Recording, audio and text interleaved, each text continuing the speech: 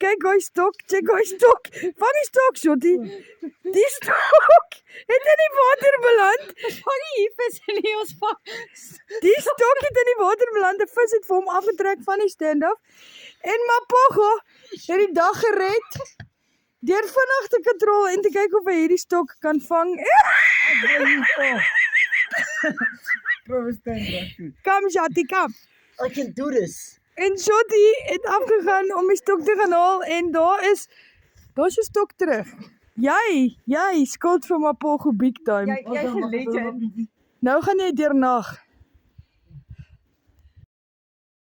Jy gaan nou deurnag want jou stok het sopas geswem. Wil jy mens dank mense vir PB's, nie stokke nie, hè?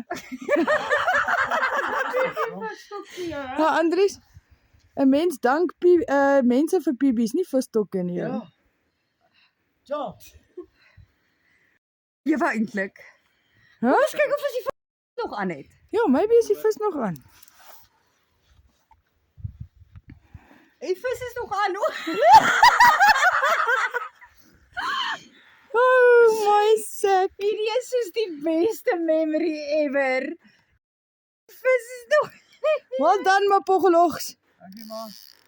Eintlik moet jy hierdie vis kom vang. Mother. Dis luck, dude. Dis luck. Want toe ek my stok vat en hom oortrek om te kyk kan 'n mens hom hak, maar toe kon ek hom nie meer sien nie. Shotty is hy's weg.